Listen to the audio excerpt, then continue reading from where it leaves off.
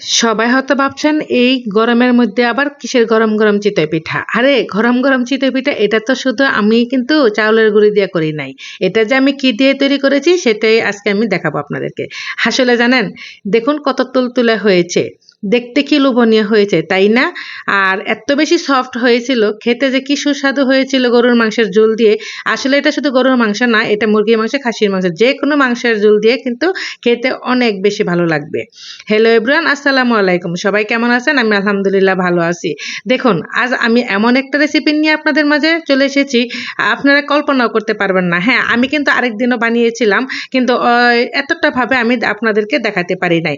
আজকে আমি একদম ফুল ফুল ভিডিওটা আমি আপনাদের মাঝে তুলে ধরেছি। দেখুন, এখানে আমি প্রথমে নিয়েছি একটা একটা বাটির মতো নিলাম। তারপর দেখুন এখানে আমি একদম তীর মার্কা সে আটাটা নিয়ে নিলাম।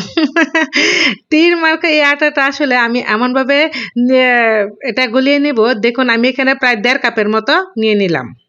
আর মেজারমেন্ট কাপের যে ১.৫ কাপ, এই ১.৫ কাপের মতো। আর খাবার সোডা আছে না, এখান থেকে আমি সামান্য পরিমাণে একটু খাবার সোডা দিয়ে দিলাম। আর পরিমাণ মতো দিয়ে দিলাম লবণ।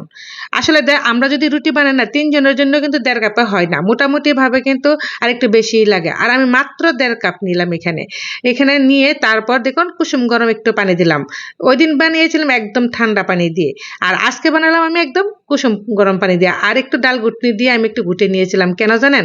কারণ আমার মনে হয়েছিল যে আমি তো এটা রেখে দিতে পারবো না, এখনই বানিয়ে ফেলবো। তাই আমি বেশি একটু গুলাটা একটু সফট করতে চেয়েছিলাম।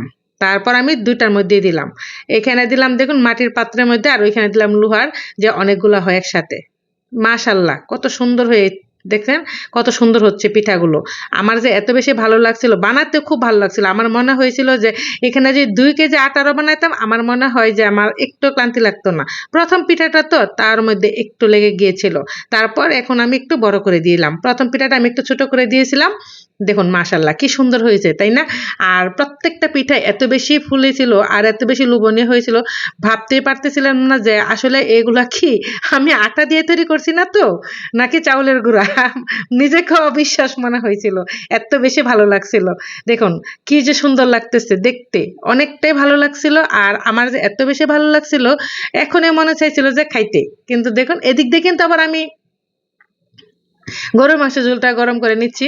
গরুর মাংস যদি আরেকটু পাতলা পাতলা ঝোল হতো তাহলে আরো বেশি ভালো লাগতো। এই ঝোল গরুর মাংস একদম শেষ পর্যায়ে, তো শেষ পর্যায়ের মাংসটা কিন্তু খেতে অনেকটাই বেশি সুস্বাদু হয়ে থাকে। আমি ২ রকমের বানিয়েছিলাম এখানে। দেখুন এই যে আরে দেখুন, আহারে কি যে লোভনীয় লাগতেছে। আমার তো আসলে জানেন, আমার চিতই পিঠা এমনিতে অনেক বেশি পছন্দ। আর কার কার পছন্দ প্লিজ আমাকে একটু জানাবেন কমেন্টসে। আর কে কে এভাবে আটা দিয়ে চিতই পিঠা বানিয়েছেন তাও আমাকে একটু জানাবেন। আর যখন রুটি খেতে ইচ্ছে না করবে, কোনো কিছু না খেতে ইচ্ছে করবে আটা দিয়ে, ঠিক তখনই আপনি বানিয়ে নেবেন এইভাবে আমার মতো করে। আর এভাবে বানাবেন। আর এটা কিন্তু শুধু যে মাংস দিয়ে খেতে পারবেন এমন না, ভর্তা দিয়ে খেতে পারবেন, আপনার তরকারি দিয়ে খেতে পারবেন, এতটা সফট হয়। আজ এই পর্যন্তই। আপনাদের কাছে কেমন লাগলো প্লিজ একটু কমেন্টসে জানাবেন। আল্লাহ হাফেজ।